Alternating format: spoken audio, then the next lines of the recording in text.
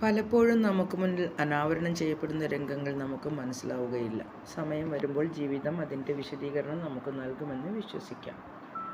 അവരൻ അവസാനിക്കുന്നിടത്ത് അവനവൻ ആരംഭിക്കുന്ന വികല ചിന്തയാണ് വളർച്ച അസാധ്യമാക്കുന്നത്. ഒന്ന് മറ്റൊന്നിൻ്റെ തുടർച്ചയാണ്. ഒന്നില്ലാതായാൽ മറ്റുള്ളവർക്കും ആ നഷ്ടം പ്രകടമാകും. ദൂരെ കണ്ടപ്പോൾ മിന്നിത്തിളങ്ങിയവയെല്ലാം അടുത്തെത്തിയപ്പോൾ വെറും വളപ്പൊട്ടുകളാണെന്ന തിരിച്ചറിവ് വലിയ പരാജയം തന്നെയല്ലേ? അവയ്ക്ക് വേണ്ടി നഷ്ടപ്പെടുത്തിയ സമയവും സമ്പത്തും സമാധാനവുമെല്ലാം ചോദ്യം ചെയ്യപ്പെടുക തന്നെ ചെയ്യും. മനസ്സറിയുന്നവർക്ക് എളുപ്പം വായിച്ചെടുക്കാൻ കഴിയുന്ന ലിപിയില്ലാത്ത ഭാഷയാണ് മൗനം. അത് ബലഹീനതയല്ല, ചിലപ്പോൾ അത് സമ്മതവും ചിലപ്പോഴത് നിഷേധവും വിധേയപ്പെടലുമാണ്.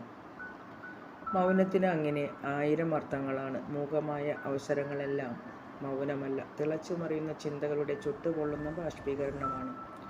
ബന്ധങ്ങൾ നിലനിൽക്കുന്നത് പ്രശ്നങ്ങളില്ലാത്തത് കൊണ്ടല്ല, ഒരു തരത്തിലല്ലെങ്കിൽ മറ്റൊരു തരത്തിൽ പരസ്പര സ്നേഹവും ആദരവും ഉള്ളതുകൊണ്ടാണ്. ഒത്തിരി സ്നേഹത്തോടെ ഏവർക്കും ശുഭരാത്രി. Good night.